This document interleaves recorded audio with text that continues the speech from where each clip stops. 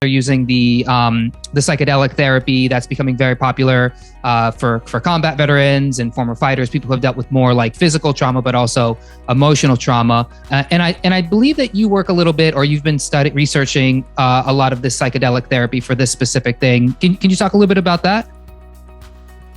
Sure. So, and Dr. Yehuda also works on this as well.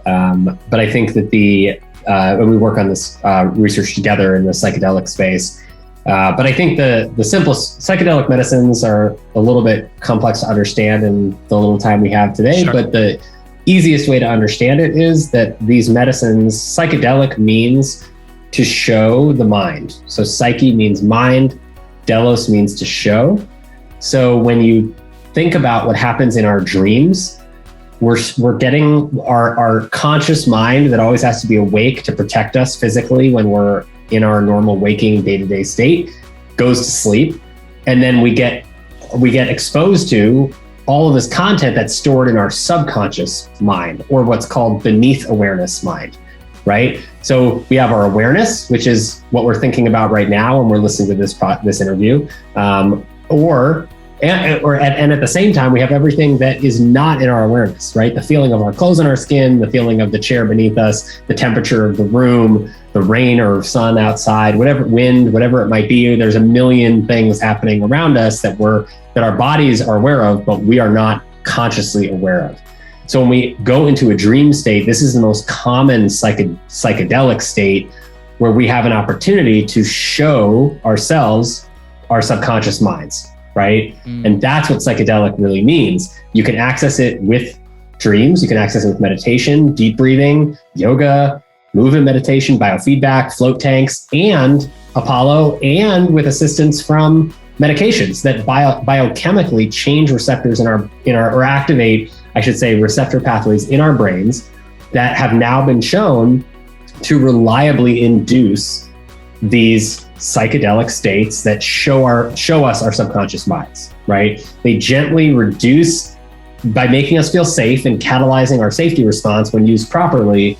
They help us to remember that we're safe enough to allow our ego or our conscious awareness mind to take a back seat, which allows us to then look down into our subconscious minds, the parts of ourselves that are always there, but are not necessarily deemed important for survival on a day-to-day basis or a moment-to-moment basis. And it allows us to become aware of that so that we can bring it forth into our awareness and then process it, work on it while feeling safe, and then ideally integrate it into our whole sense of self, not a sense of self that's fractured into lots of different pieces by nature of what the people around us told us they liked about us or didn't like about us, right? Yeah, and for me personally, the most psychedelic experience that I've had, I've done like psychedelics and plants and these things, but meditation, like really diving deep into meditation and specifically breathing exercises and calming the mind, it just blows my mind every time when I'm in a meditation and then I go, oh, I can hear the Wi-Fi router. Oh, I can hear the door crack behind me. And you start realizing there's all these things that are happening all the time, every day. And when you slow the mind down and then you start to feel like, oh, there's a little tension in my back. Oh, there's a little tension in just the exercise of relax your face. And you start to realize like, oh, I just like spend all of my day with my tongue at the roof of my mouth or my forehead crinkled in a way. And it's creating all this tension throughout the rest of my body.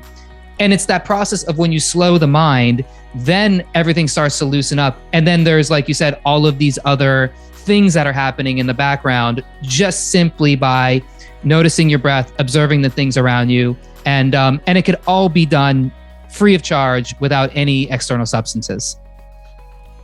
Right. Absolutely. But it is challenging to do on your own. Absolutely. And I think this is part of the problem, right? Is that we were never taught, most of us at least, were not taught how to access these states of mind from a young age. Most of us had experiences probably similar to me where you might have, people might have had a psychedelic states in dreams, or they might have had psychedelic states through meditation or breathing as children, or through sports or yoga or stretching or whatever, but not been told what it was, not taught how to understand it. And then we're left basically being like, okay, well, these aren't real, these aren't important, so I'm just going to ignore them.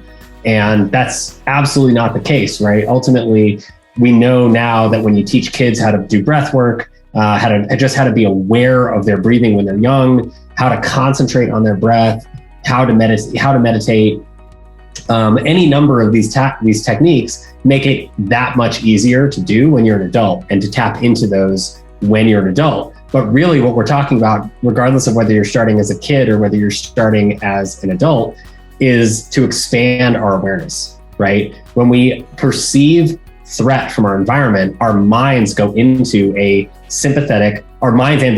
sympathetic fight or flight, stress response, survival mode. And that stress response survival mode is critical if we're about to run out of air, water, food, shelter, or we're being chased by a predator. If we're not experiencing, or we could be kicked out of our community, right? If we're going to lose any of those things, those 5 or 6 things, then we want our survival response to kick in.